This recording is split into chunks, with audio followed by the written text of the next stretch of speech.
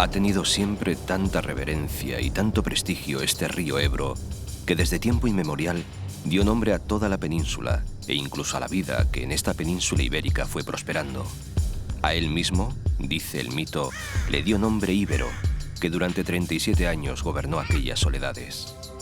Ese oscuro rey íbero era hijo de Túbal, a su vez rey, de Aragón en concreto, durante 1 siglo y medio. Y por cierto, el tal Túbal era uno de los 7 hijos de Jafet, o sea, nieto de Noé.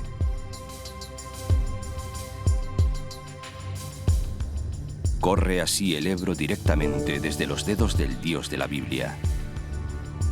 Las aguas siguen marchando y lo convierten en el segundo río más largo de los que mueren en el Mediterráneo, después del Nilo, y el segundo más largo y más caudaloso de la península. Lo primero que el ojo observa en la vida del gran río es el sometimiento con el que el hombre lo ha castigado. No solo fue parcialmente navegable por épocas, se cree que desde el mar hasta cerca de Logroño, sino que se ha procurado siempre sangrarlo y exprimirlo con gran denuedo. Unos y otros, y no siempre en paz fraternal.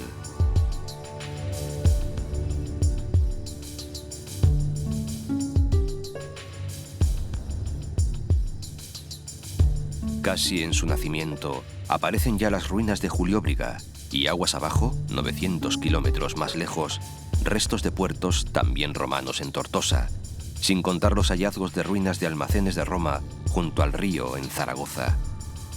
Algunos han llegado a creer que los normandos o vikingos llegaron a Zaragoza río arriba en el año 858.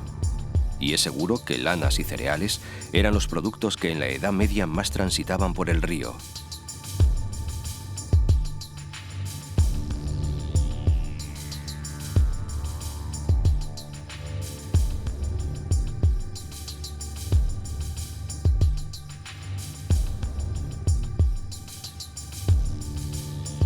El poderoso Canal Imperial de Aragón, abierto en el siglo XVIII, facilitó mucho más el tráfico de barcazas con mercancías.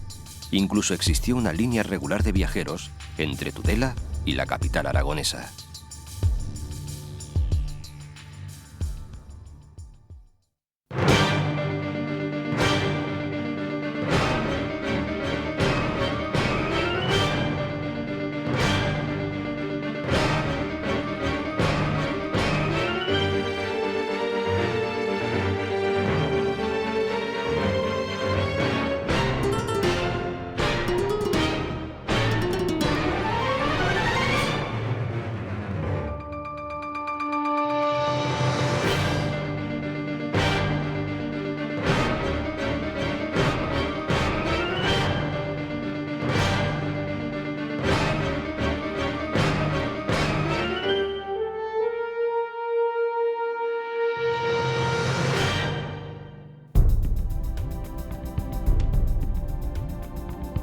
En un borde de los picos de Europa, en la Sierra de Peñalabra, el Pico Tres Mares no necesita explicar el significado de su nombre.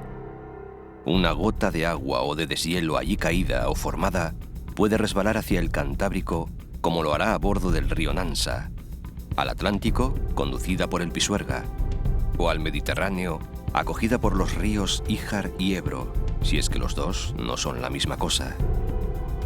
Sentenciaba Gerardo Diego. Ni una gasa de niebla, ni una lluvia o cellisca, ni una dádiva de nieve, ni un borbollar de fuente candorosa dejó perderse. Entre las montañas, a veces de más de 2000 metros, 3 imprecisas y altas llanuras reciben el nombre de Campo.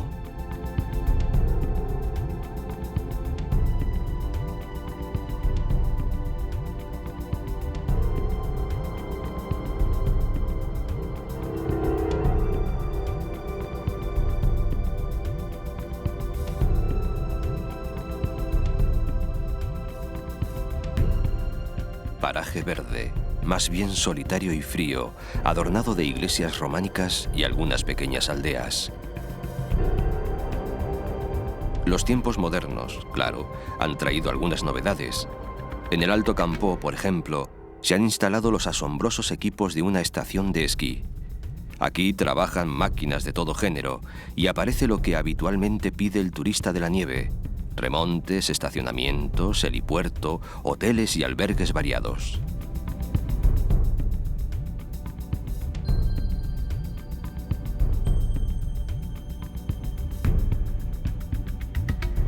Alrededor de esta estación invernal del Alto Campó o Brañavieja se despliega el gran espectáculo natural de estas montañas, que son como el abrazo de las cordilleras Cantábrica e Ibérica. Algunas laderas están tapizadas de bosques de hayas, robles y abedules, con sus cambiantes colores, y se animan con frescos riachuelos.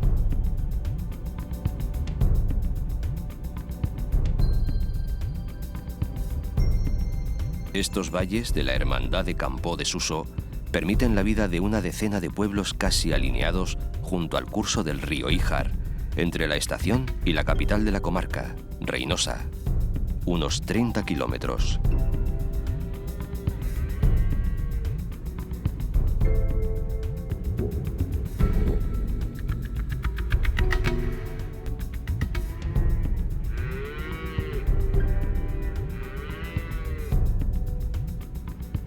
Proaño, un tanto más aislado, avisa de su existencia con una orgullosa torre que se considera la más antigua de Cantabria.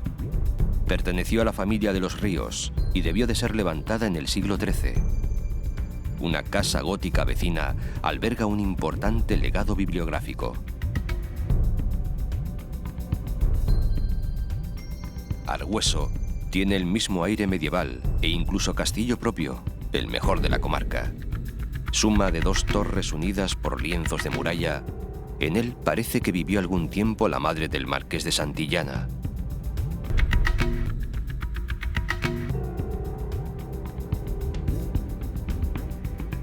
Desde las almenas puede contemplarse el vuelo de cernícalos, cuervos y águilas culebreras sobre el impresionante barranco.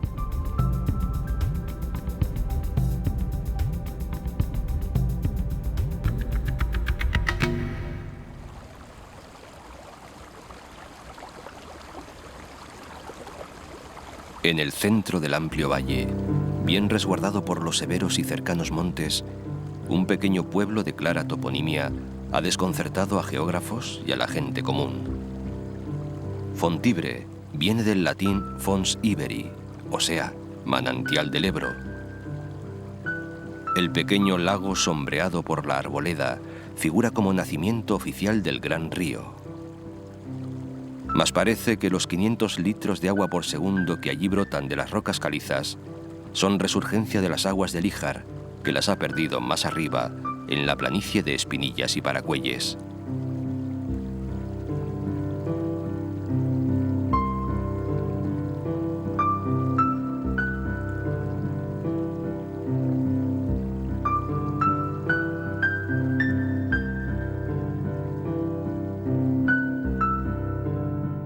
Sean cuales sean los orígenes de esas jóvenes aguas, encuentran muy pronto la ciudad de Reinosa, encrucijada, vestíbulo de la montaña, puerta de la meseta, hacia donde van las aguas.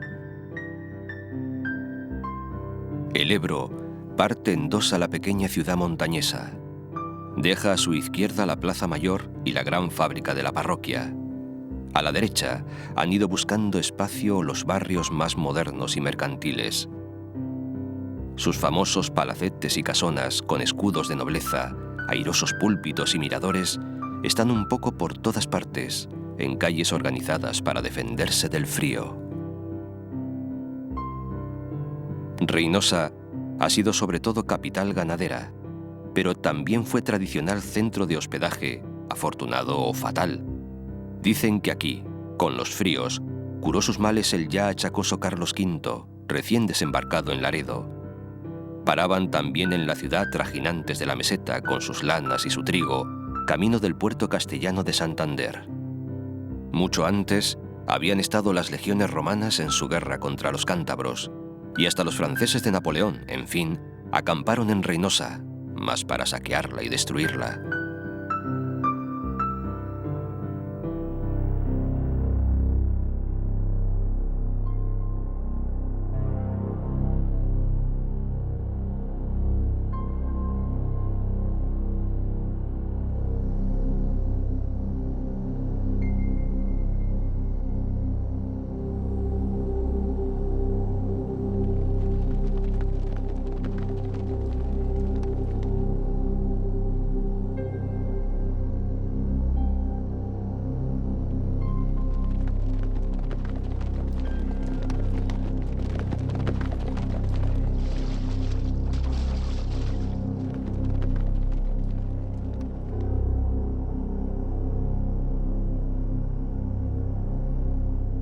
A las afueras de la ciudad, en el llamado Campo de en medio, aparece ya el gran mar interior del embalse del Ebro, abastecido por el joven río y su hermano el Ijar.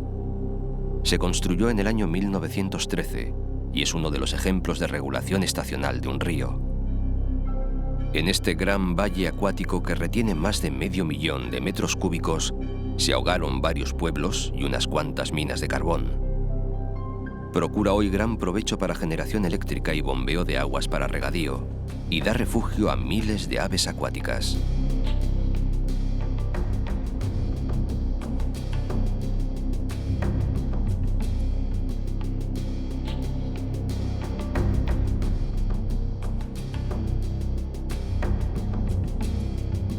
En las puertas mismas del embalse queda el recuerdo salvado y visible de la ciudad romana de Julióbriga, primer asentamiento romano entre los cántabros. Fue dedicado a Augusto, el que finalmente logró dominarlos, y estaba en una calzada que iba de Amaya hasta el mar, quizás a Suances. Plinio afirmaba que era la población más relevante de estas comarcas, sobre las que mandaba Corocota, el legendario caudillo montañés que acabaría cediendo su resistencia ante la fuerza de Augusto y sus legiones.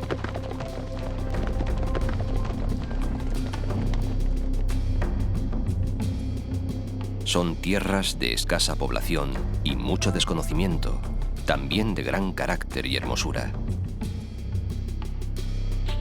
Casi cada pueblo tiene un regalo que ofrecer. Bustamante, su gran torre, la más alta de Cantabria. Monegro, la ermita de las Nieves. Volmir, la recoleta iglesia de San Cipriano, con su airosa espadaña. Orzales, Requejo.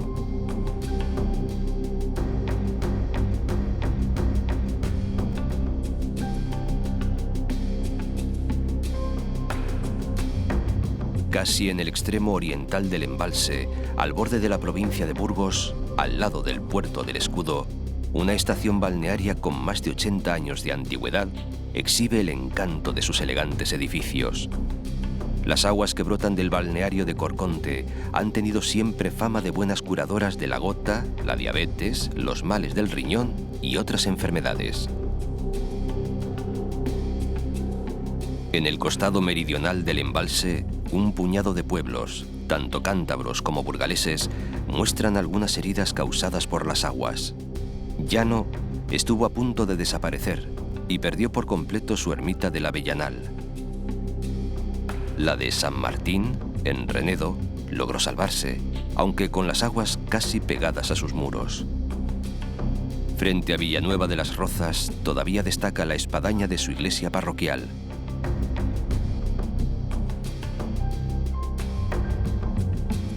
Claro que no se quedaron los tres campos sin lugares de culto y oración. Desde hace 1200 años sigue en su sitio el cenobio de Montes Claros, erigido como consecuencia de la aparición de una imagen de la Virgen en una cueva. El actual santuario fue construido sobre una iglesia rupestre.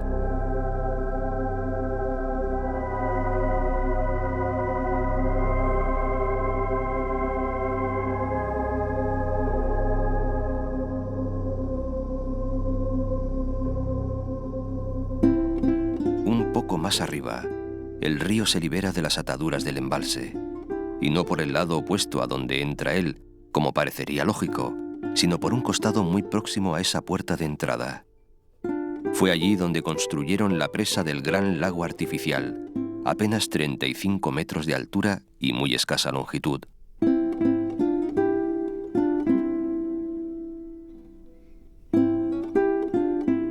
Entre alturas que con frecuencia superan los 1200 metros, el río se muestra bravo y salvaje. Unas cuantas poblaciones, Aldea de Ebro, Bárcena, no se asustan de asomarse a su corriente, que se abre camino por valles cerrados. La comarca empieza a llamarse ya Valderredible. Canta Gerardo Diego. El Ebro canta y canta. La lanza en ristre acomete molinos, puentes embiste. Primavera de hojillas, juncos y mimbres. En flor, todas tus frutas, Valderredible. Y en ella, a partir del portón que el río cruza en Villanueva de la Nía, se esconden unas cuantas joyas secretas. Si en Aldea de Ebro sobrevive una hermosa ermita románica, más al sur se oculta toda una colección de pequeñas iglesias rupestres, es decir, excavadas en la roca. Santa María de Valverde es la más grande de todas. Íntimas, extrañas, casi olvidadas, no son ciertamente fáciles de encontrar, y eso precisamente pretendieron sin duda sus arquitectos, cristianos primitivos asustados de las invasiones africanas y de la soledad de sus dominios.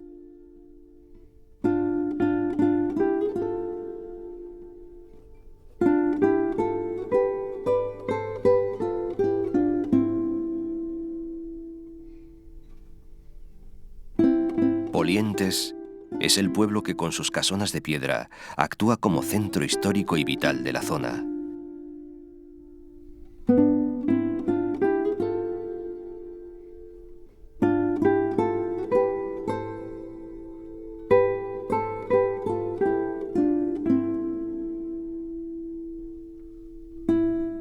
Muy cerca, el templo más emocionante y suntuoso de Valderredible, que no está excavado, sino orgullosamente erecto entre verdes prados y tranquilas arboledas compañeras del río. Se trata de San Martín de Elines, que se levantó sobre un monasterio mozárabe que se había arruinado en el año 1102. La iglesia sucesora es descaradamente románica, muy esbelta, de una sola nave, llena de monumentales esculturas e incluso de restos de pinturas de la misma época. Su delgada torre parece un hito que fijara en la distancia la dignidad y la elegancia de este templo campestre. En flor tus nuevas niñas abriles, en flor tus capiteles, Martín de Elines.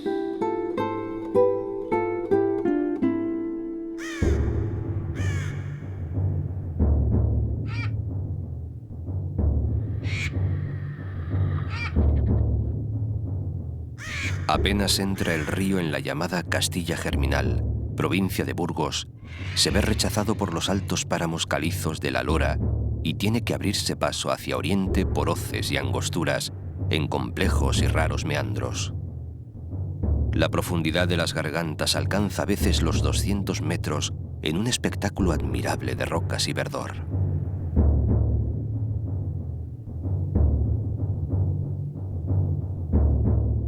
El largo cañón burgalés del Ebro se inicia apenas sobrepasada la iglesia de Elines y termina 22 kilómetros más adelante. La razón y la maravilla de tanta belleza se debe al proceso kárstico. El agua de la lluvia se filtra hacia el interior de la roca y allí, con la ayuda del hielo, desarrolla su conocido proceso con el resultado de cursos de agua subterránea, grietas, grandes cuevas.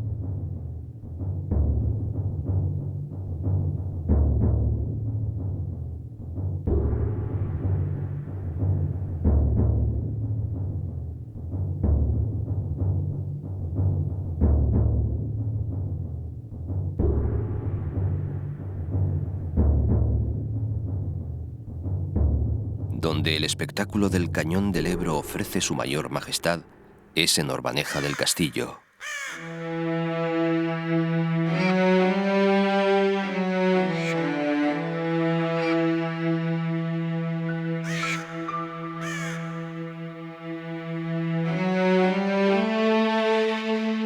Agua, hielo y vientos han erosionado el borde de los cantiles hasta reducirlos a una serie de pináculos y aristas, a veces perforados de parte a parte por una oquedad. La imaginación puede conceder a tales figuras pétreas los atributos que desee.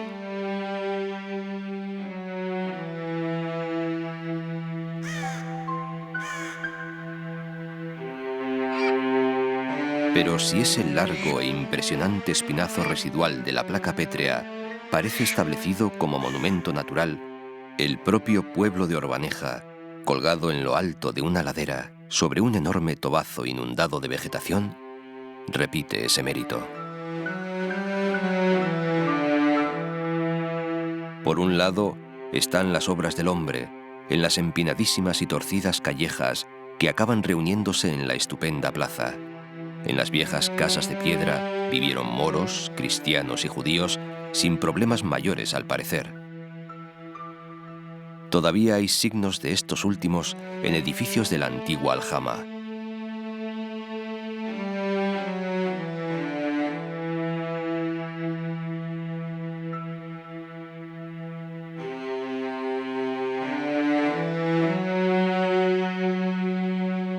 Claro que tampoco ha sido avara la naturaleza en el pueblo mismo. Bajo su entraña, en el interior de una caverna, brota un río que regala espuma y rugidos al caer sobre una poza cristalina 20 metros más abajo.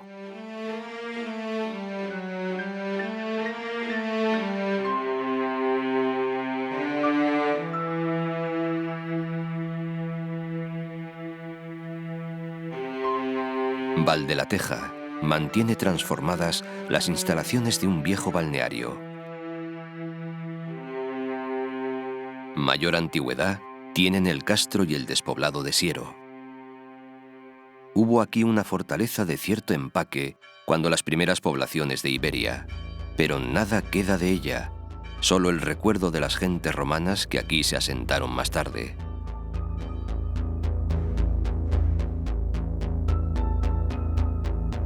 En las cercanías, los restos del pequeño templo visigótico de las santas Helena y Centola. Y el gran espectáculo que la vista alcanza desde esas alturas de Castrosiero. Un gran estrépito que no asusta a los buitres que vuelan cansinamente por el cielo, delata la unión del Rudrón, que no es un río cualquiera, como escribía Ridruejo, y el Ebro. Aquí termina el hondo, angosto y sinuoso cañón, a casi 300 metros de abismo, junto al pueblo de Pesquera de Ebro, cuyo nombre explica bien que fue rico en peces.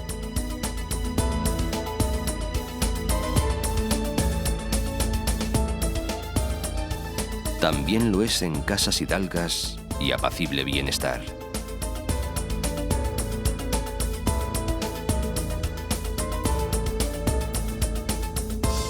Cuando llega a la ilustre merindad de Valdivielso, en el arranque del valle de igual nombre, toma ya su definitivo rumbo a oriente. El valle es idílico, de frondosidad íntima, frutales, bosquecillos de hayas, cajigas en los hondones, mucha flor que las abejas transforman en miel.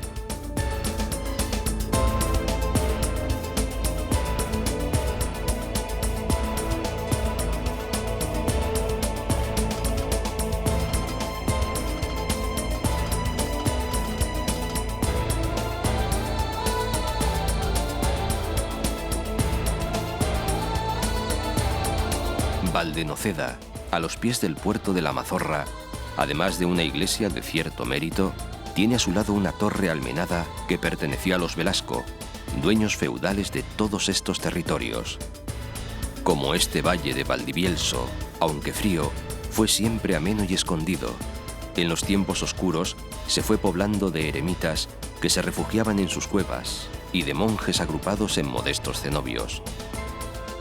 Los invasores musulmanes no llegaron nunca por aquí y nadie molestaba a los piadosos varones.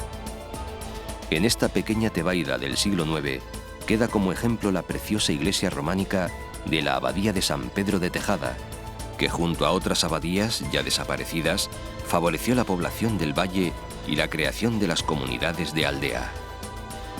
La posterior organización en merindades acabaría por constituir el Reino de Castilla.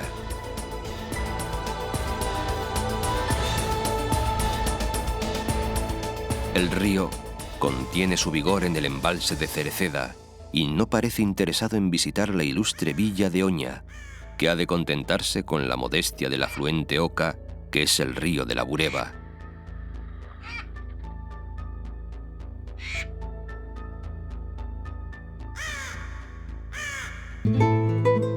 Fuerte, solitaria y rodeada de montañas, Oña, con toda su historia de villa condal a cuestas, parece hoy encogida y sumisa bajo la masa imponente del monasterio de San Salvador, monasterio-palacio medieval, y de los edificios que los jesuitas le han ido añadiendo con el paso de los años.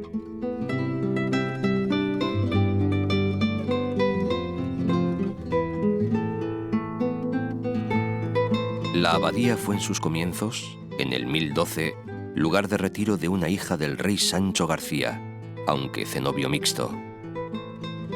Pasó luego por tantas manos y poderes que no sorprende la acumulación de estilos entre el románico y el clasicismo prebarroco.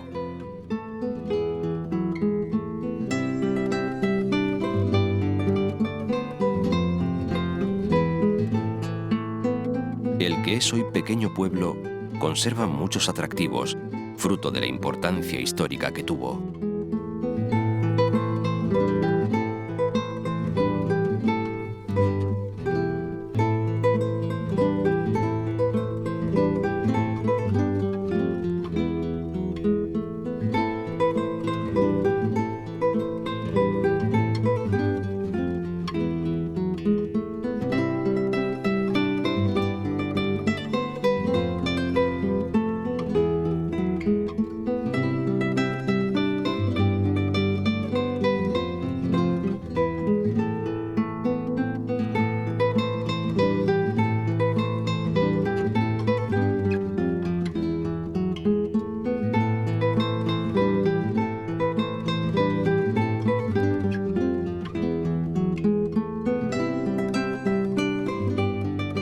El Ebro se tranquiliza y expande entre praderíos y los peñascos de las sierras que lo contemplan.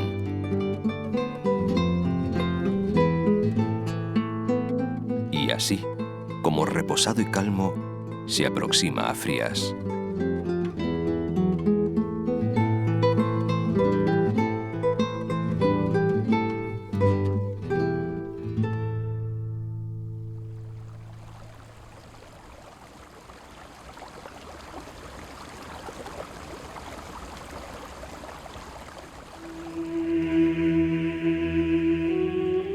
Bajo el poblado y casa fuerte de los Velasco, cruza el río un largo y elegantísimo puente gótico, puesto de peaje de los omnipotentes condes. Y sobre el puente se yergue el peñascal donde se agarra el pueblo antiguo.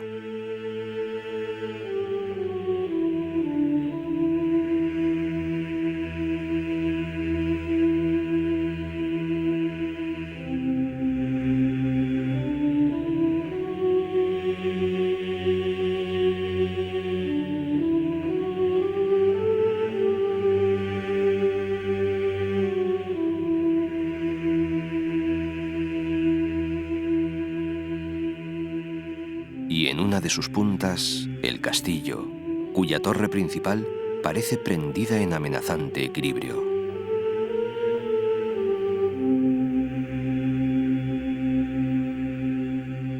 La joroba de la peña en el espolón da la impresión de que va a desplomarse sobre las viviendas del vecindario, que parecen ir a deslizarse por la ladera.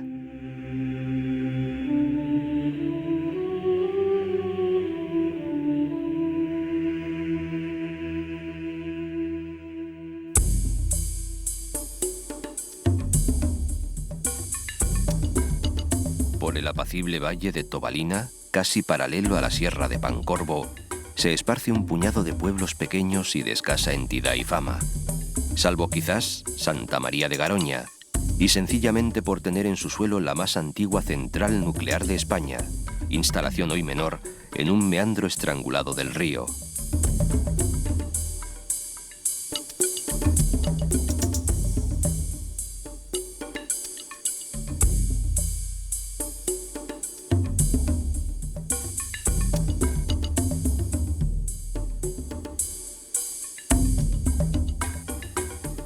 O Santa Gadea del Cid, por razones de más peso histórico. El perfume de la Edad Media, cuando el pueblo era encrucijada de varias calzadas importantes, se percibe todavía en calles y rincones, así como en las reliquias de su antigua judería. No ocurrió aquí el famoso juramento real, que se produjo en una iglesia de la capital, por lo que el actual apellido del pueblo es un tanto extemporáneo.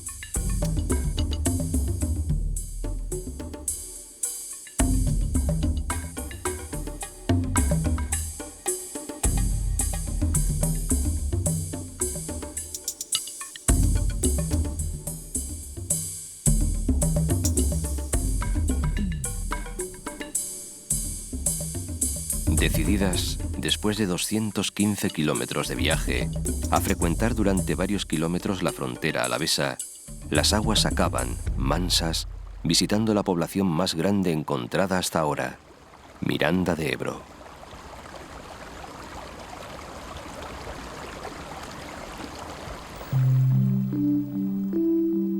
Un puente divide hoy las dos bandas de la población, la alavesa o de San Nicolás, hoy del Espíritu Santo, y la burgalesa, más antigua, o de San Martín. Barrios de Allende y de Aquende.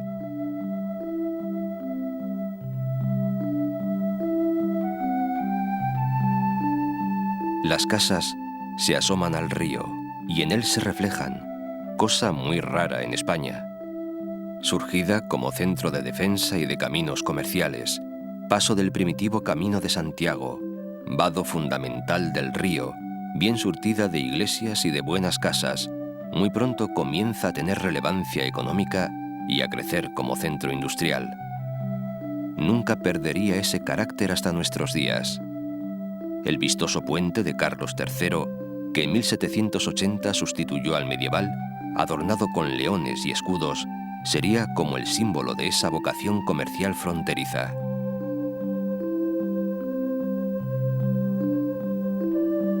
Acompañado por hileras de álamos, entre algunas lagunas y tierras de regadío, el Ebro tiene oportunidad de contemplar, por vez primera, asuntos tan raros como una fábrica de relojes de torre y el agitado tráfico de los trenes.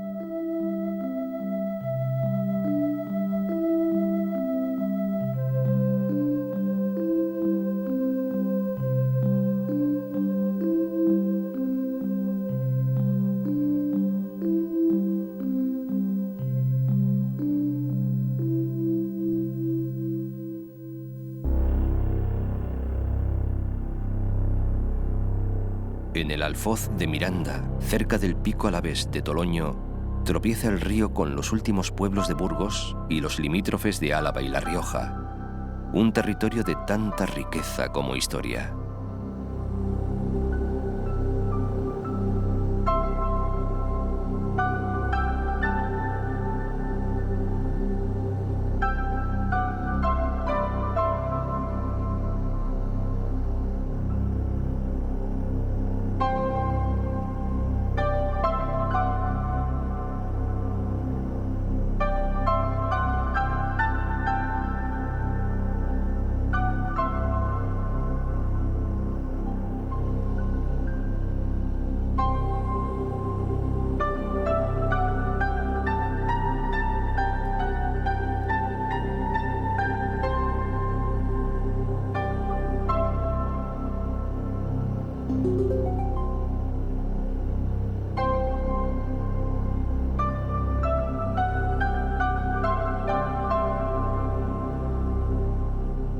El mejor ejemplo de que surge una nueva tierra es Haro, primera población riojana de empaque que encuentra el río. Conquistada enseguida por los romanos, aparece como poblada poco antes del año 1200, y el vino le daría el título de ciudad mucho más tarde, en 1891. Ha sido, pues, el vino el que otorgó prestigio y fama a esta atalaya sobre el Ebro, gloria mayor que el de algunos sucesos históricos.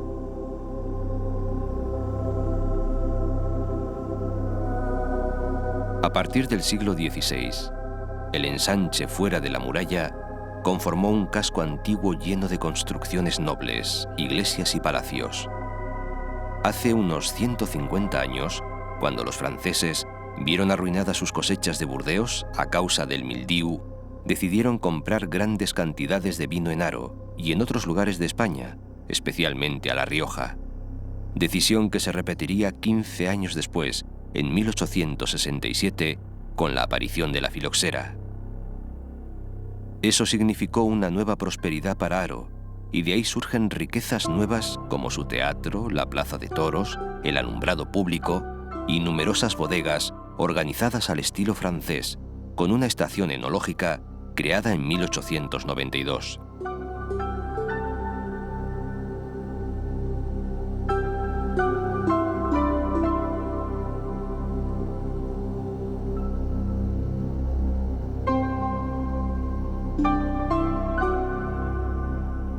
al otro lado del río. Aunque no arrimada a sus aguas, exhibe sus viejas glorias la villa alavesa, señorial y vinícola de La Bastida. Ya la etimología de su nombre evoca un carácter defensivo, innecesario en la actualidad. Orgullosa de sus casas de piedra con escudos blasonados, de sus fuentes públicas y puertas de muralla, de un casco antiguo lleno de nobleza y encanto, y de la ermita románico-gótica de El Cristo, antiguo fortín que ofrece hoy privilegiadas panorámicas, hoy es, sobre todo, una de las clásicas villas entregadas al vino y a sus justos honores.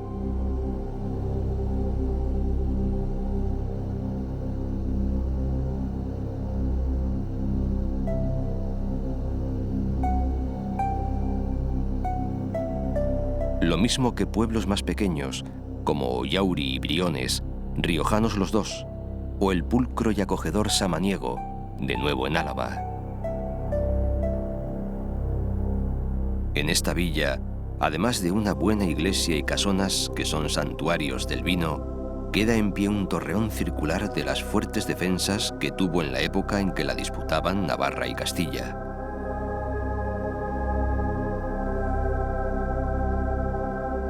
En la parte alavesa, la villa defensiva de La Guardia no precisa explicar su nombre. Protegida de los vientos del norte por la Sierra de Cantabria, se encierra en sus firmes murallas, tan bien conservadas que siguen aún en su sitio los batientes de sus puertas. Es ciertamente uno de los mejores conjuntos históricos y artísticos de Álava y centro de un territorio que fue habitado hace muchos siglos. Si todo el subsuelo está prácticamente hueco a causa de sus notables bodegas, sobre la roca aparecen formidables estructuras como la torre abacial, de orígenes templarios, o la iglesia paredaña de Santa María de los Reyes, cuyo pórtico policromado es una de las fachadas góticas más admirables de Europa.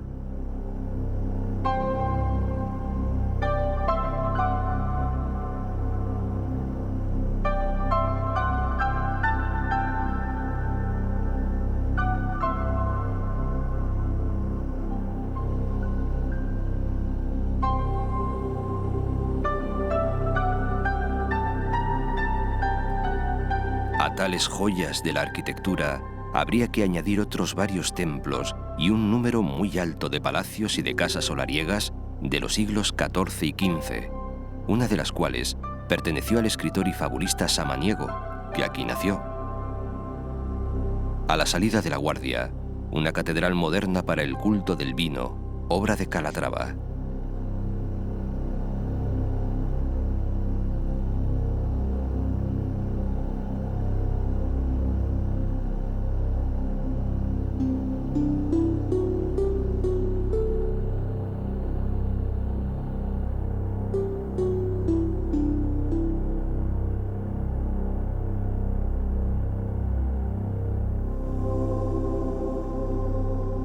De la cercana y verde Sierra de Cantabria baja al Ebro un puñado de arroyuelos de cauce cíclico.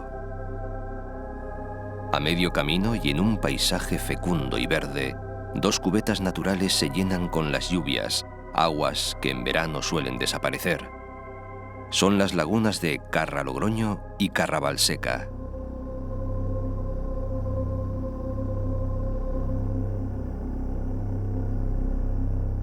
Algunos de aquellos modestos arroyos que pasean entre viñas se juntan en El Ciego, villa a la que Felipe II emancipó de La Guardia en 1583. Además de la suntuosa iglesia renacentista, numerosas casas blasonadas señalan su tradicional riqueza.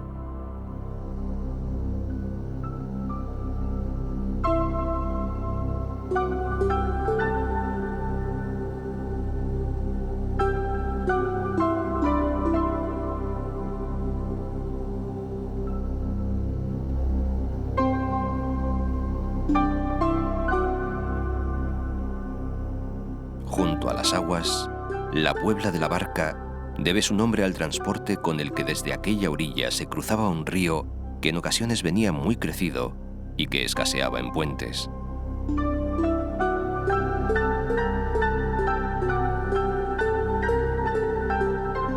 Toda la parte meridional de la provincia de Álava, que acaba en el río Ebro, se llama Rioja Alavesa.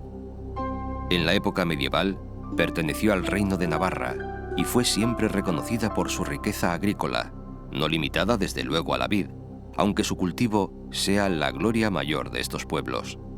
Se cree que existen unas 26.000 parcelas de viñedo. La mitad de los pequeños viticultores elaboran su propio vino y dejan una cantidad de uva liberada para un mercado comparativamente menor que en otros términos riojanos. En consecuencia, se destaca un estilo de vino antiguo y original llamado tinto de cosechero, que se elabora exclusivamente para beberlo joven y por el método denominado de maceración carbónica, es decir, fermentando las uvas enteras sin estrujar.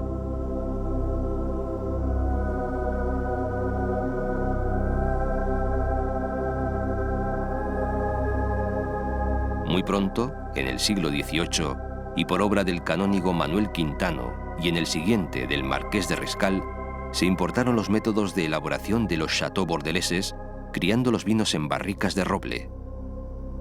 En los últimos años, se está produciendo una verdadera revolución con la apuesta por vinos de calidad alta, mediante la selección de las uvas a mano, en cepas con más de 40 años de antigüedad y utilizando madera nueva de roble francés.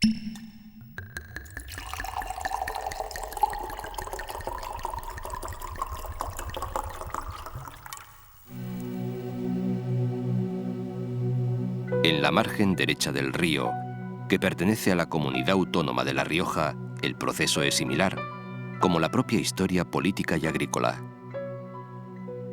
A una decena de kilómetros de Haro, en lo que suele denominarse Rioja Alta, la plaza fuerte de Briones, encaramada en un teso, vio el final de las luchas territoriales entre los reyes de Castilla y de Navarra en 1372.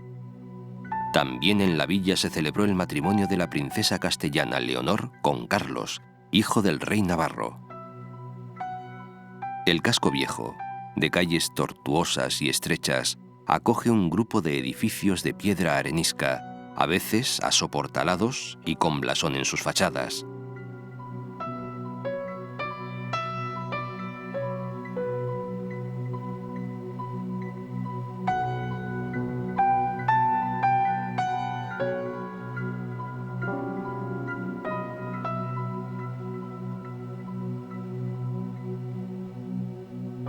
Todavía hablan en el pueblo de la plaga maldita de la filoxera, que en 1901 primero y con el golpe de gracia de 1916 dejó pobres a familias enteras a las que hasta entonces les había bastado para vivir decentemente una cuba de vino al año. Briones no logró recuperarse.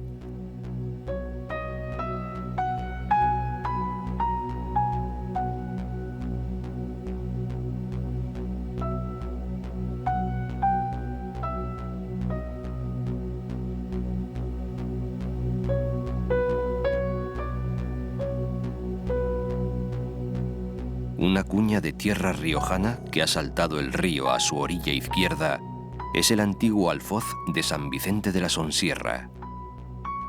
Fronteriza y muy disputada por Castilla y Navarra, aislada en un cerro sobre el cauce del Ebro, la Puebla ha perdido sus famosas murallas, pero conserva una buena iglesia y una ermita desde la que, siguiendo una vieja tradición, procesionan en Semana Santa, espaldas marcadas por la sangre, los flagelantes conocidos como picaos.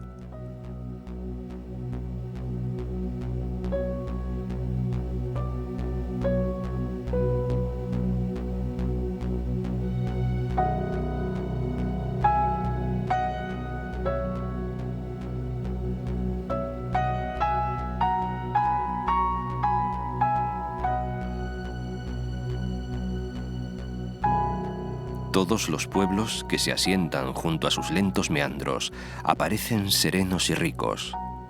Hay un motivo evidente.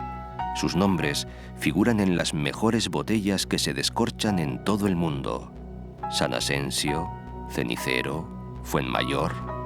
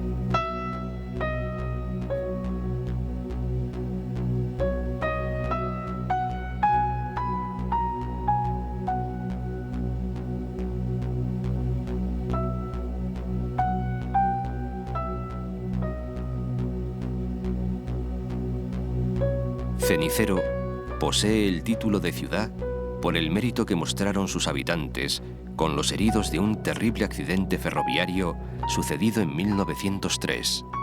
El rey la premió con ese honor. A ambos lados del puente de 11 arcos que salva un barranco, prácticamente cada casa tiene debajo una bodega. A veces, casa y bodega pertenecen a distinto propietario. Tanto Cenicero como Fuenmayor tuvieron triste relevancia durante la Primera Guerra Carlista, con incendios causados por Zumalacárregui y ruidosas arengas de Espartero desde el balcón. Y tiene, de esos lances, su propia heroína, Benita Hernáez de Bastida, que entre su vida y la traición se negó a proponer a los suyos, encerrados en la iglesia, la rendición a los carlistas que pegaron fuego al templo.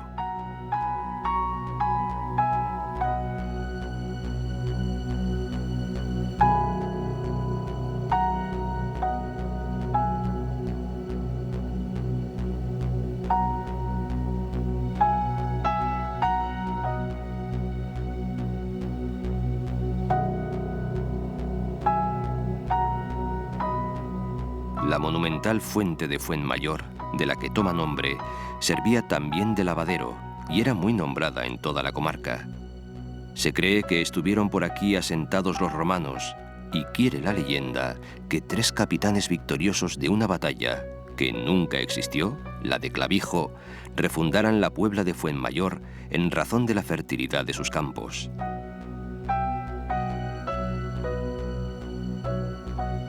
No hará falta decir que esa fertilidad se expresa hoy, al igual que en todos estos dulces paisajes, en el cultivo de la vid y la elaboración de tantos y tan famosos vinos. Desde 1788, el Palacio de los Marqueses de Terán fue la sede de la Real Junta de Cosecheros de La Rioja, aprobada por el Consejo de Castilla. La sociedad, formada por representantes de todos los pueblos de La Rioja, se preocupó, desde tan lejanos tiempos, de mejorar las condiciones de producción y comercialización del vino.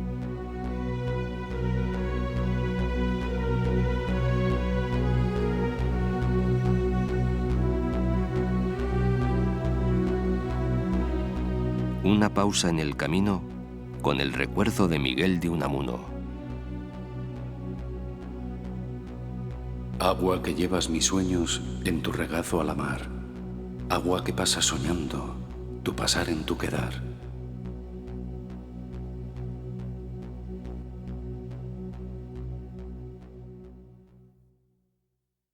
Yo voy soñando caminos de la tarde,